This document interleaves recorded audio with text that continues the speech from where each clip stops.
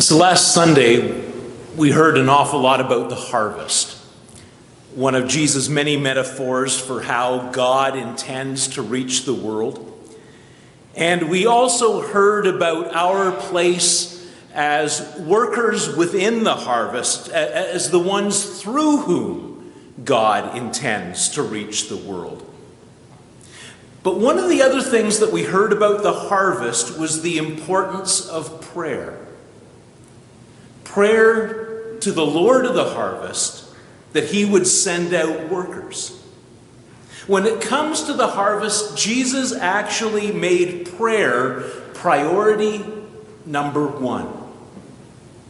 So not surprisingly, we find Jesus at prayer once again this morning, here in the very next chapter of Luke's Gospel. Now, Luke doesn't tell us particularly where this took place, but the fact that Jesus is praying isn't at all surprising, especially when we know that Jesus knew that he was already on the road to the cross. Jesus knows that death in Jerusalem is what awaits him. And then Luke says that when Jesus was finished praying, the disciples asked him for something. I just want to stop there and point out that here we have an indication of how much Jesus' friends have come to recognize just how important prayer really is. They wait until he is finished. Now, maybe the idea of interrupting Jesus at prayer isn't something that would even cross our minds. So maybe it didn't cross the disciples' minds either. But the whole thing reminded me of a cartoon that I once saw in Leadership magazine. A pastor is down on his knees in prayer in his office when someone comes sailing through the study door saying, "Oh good, you're not busy. I need to talk to you."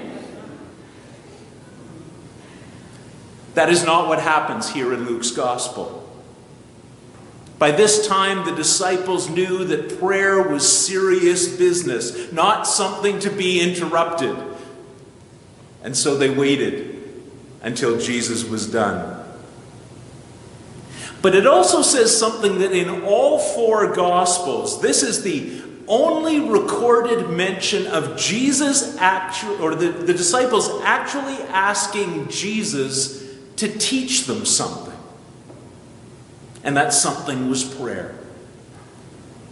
And you get the sense that having witnessed Jesus at prayer, his friends came to the discovery that as far as their own prayer lives were concerned, something was missing.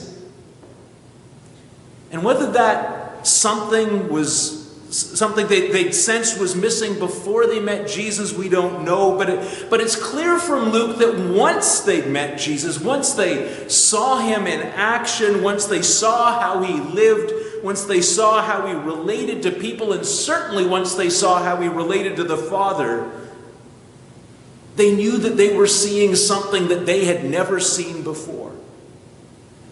Something they wanted, something that had been missing from their lives because it had been missing from their experience of prayer.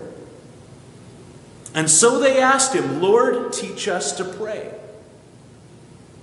And here in Luke's Gospel, Jesus answers their request first and foremost by teaching them that model prayer that you and I still offer as a congregation Sunday by Sunday. He taught them what we've come to call the Lord's Prayer.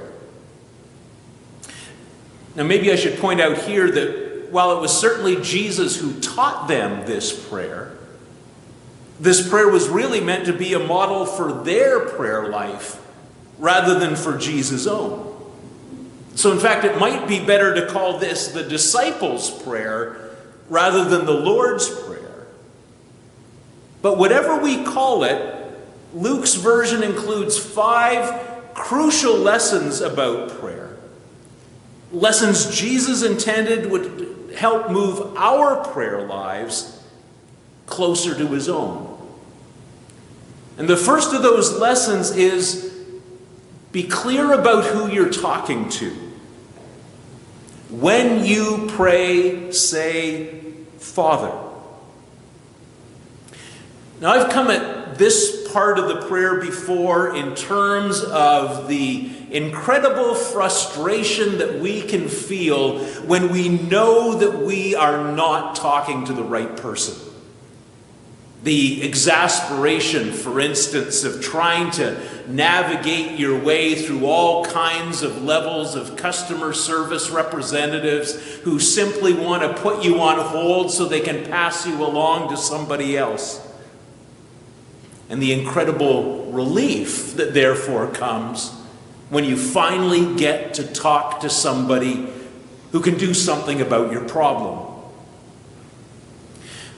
But the way I want to come at this morning is to say that one of the things that made Jesus' prayer life so obviously different was how well he knew the Father. The close personal connection with the Father that informed his entire life and not just his prayers.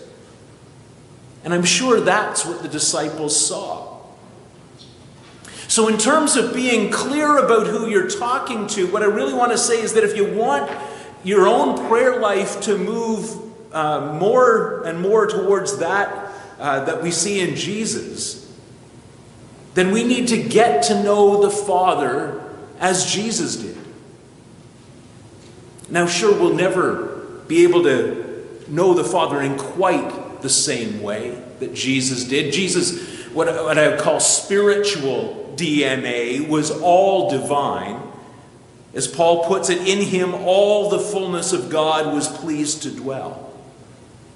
But you and I can get to know the Father better, and that's why he provided us with the Bible.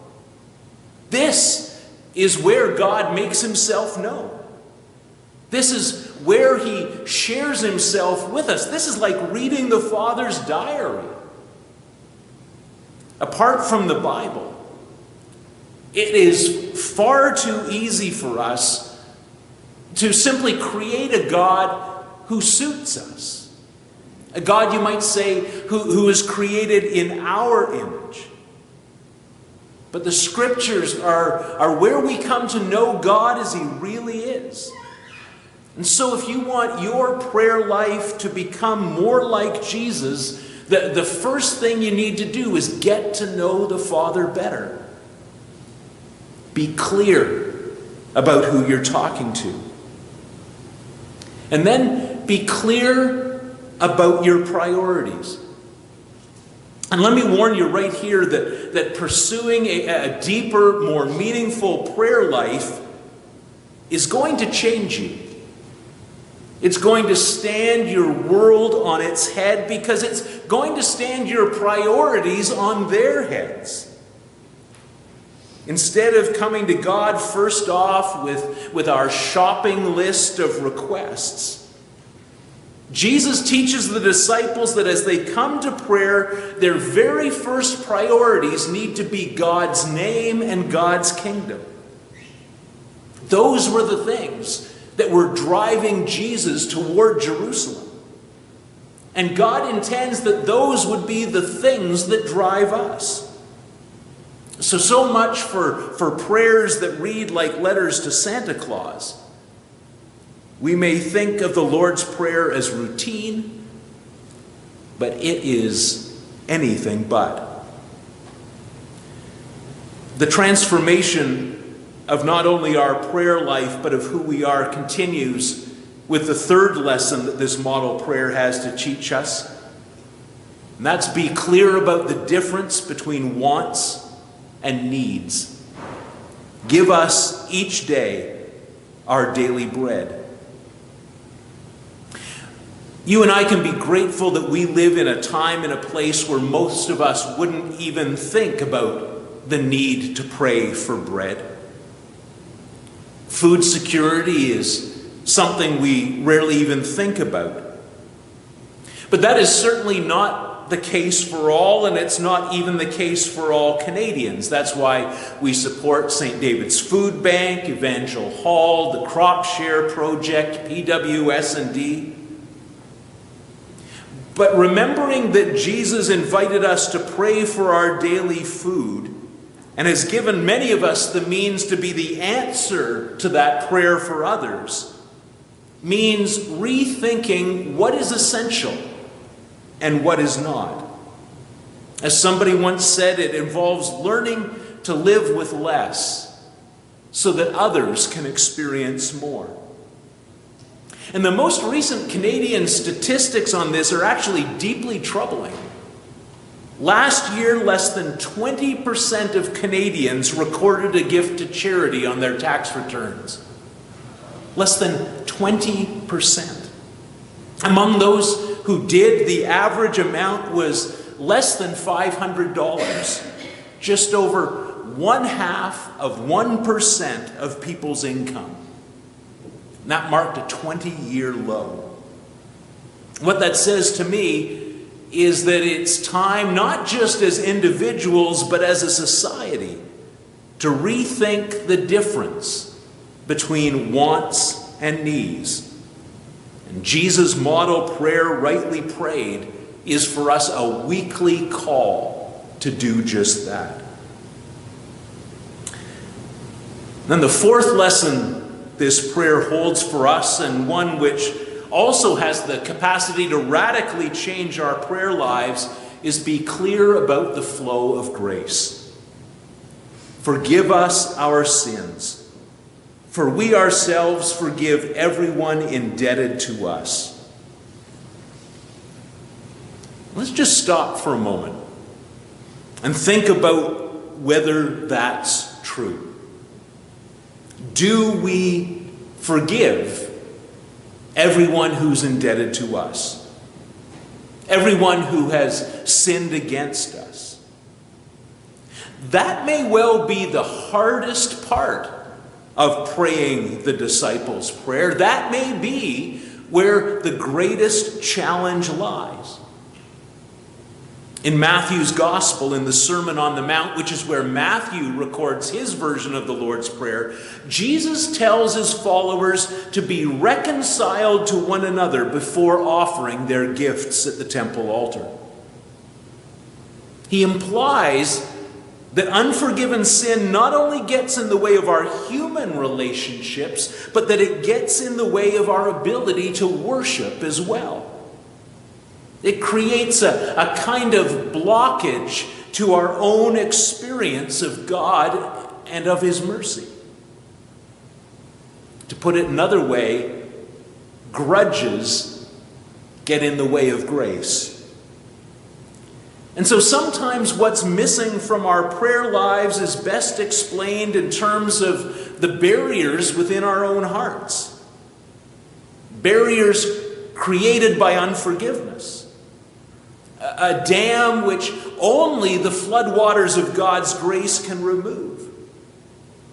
So if you are struggling to forgive, if you are struggling to pray, maybe this is where your prayer needs to begin, with a cry to God to wash away the barriers, to be able to see our own need for grace so that we can see how much others need it too.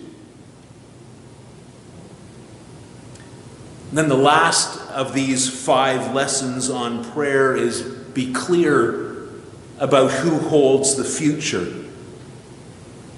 Do not bring us to the time of trial. And this is a slightly different version of the prayer than the one that Matthew records. It lacks the reference to temptation and to the evil one, to the 2 things in this world most inclined to make us stumble. And Luke replaces them with the time of trial. Now, temptation can certainly be a trial, something we have to fight our way through.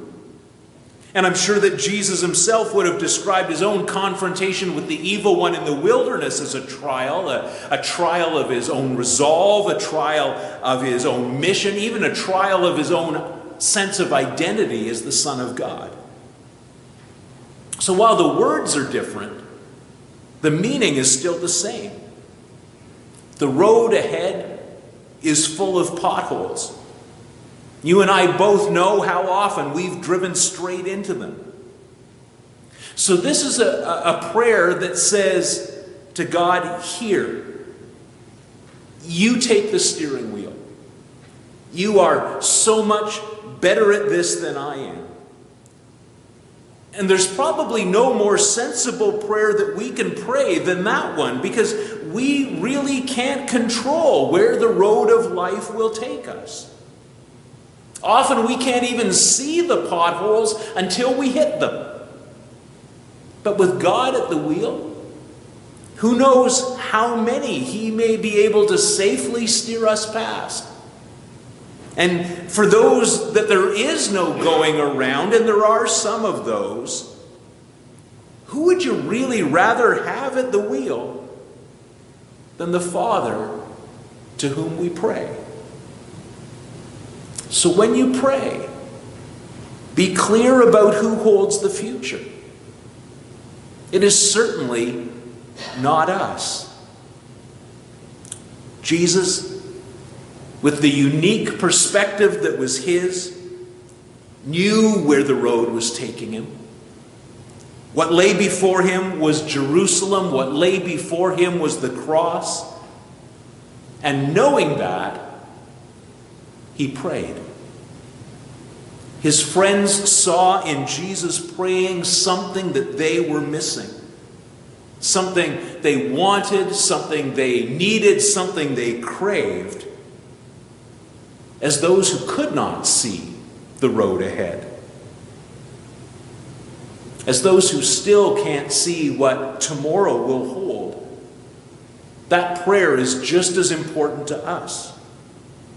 And if you and I can be clear about these 5 things that are embedded in Jesus' prayer, what we'll find is that they provide all the clarity that we need.